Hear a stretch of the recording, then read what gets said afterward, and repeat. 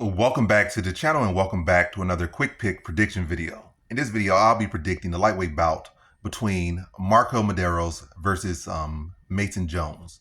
And how do I feel about this one right here is I'll go low confidence Mason Jones to beat MarQuel Mederos.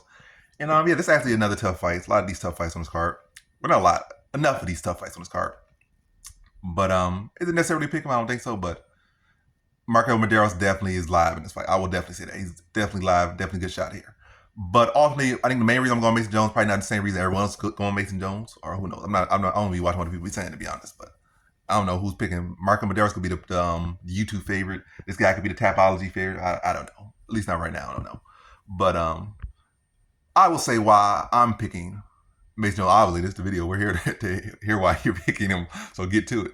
It's supposed to be a quick pick. Are you trying to drag this out of 5 minutes? Yes, I am trying to drag this. Psych now. But yeah, striking.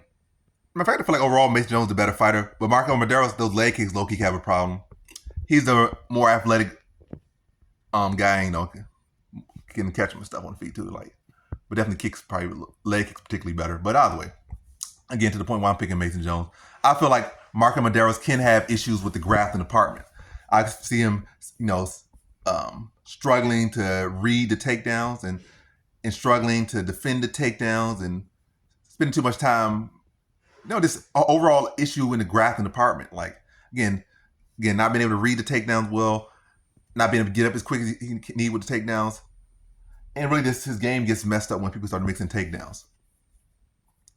And Mason Jones is a guy that's going to bring also nothing pressure. Not to say that he does bad with pressure. I think he does somewhat decent with pressure, but he's obviously not the best with the pressure. So some people I love pressure because I love to counter people that are counter strikers, and so.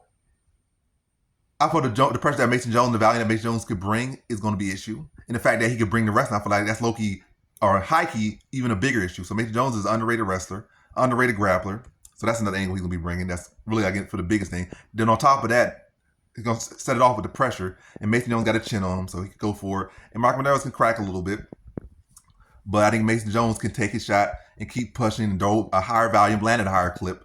And then also the threat of the takedown will diminish or bring down MarQuel Mederos' ability to counter, his ability to kick, and mess up his own game to do his stuff that will make this fight or will give him the chance to win this fight. So now you can't kick as much because guys in your face trying to punch you in the mouth, and he's willing to get punched in his mouth to punch you in the mouth twice. So Mason Jones is not going to be shy about getting punched in the face. He's not going to be shy about that. He's going to be constantly face trying to smother you.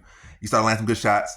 Maybe you clip him, maybe you drop him. He'll be back in your face, throwing more shots, trying to go for a takedown. And again, it's not like MarQuel Mederos is this big, sharp counter puncher or known particularly for having big one-punch power. He's not. So even I'm not even expecting to really drop Mason Jones. I'm just saying, if that was the case, Mason Jones is going to get back up and keep doing it. But that's kind of like a worst-case scenario for Mason Jones. But either way, I don't see that happen. I see mainly good, close fight, but Mason Jones doing a good job of, again, pushing forward, drawing more value, and keeping MarQuel Mederos on the back foot, and then mixing the takedown, what's going to make MarQuel Mederos be questionable about throwing his kicks, be questionable about planting his feet to try to throw counter because he can be worried about a takedown.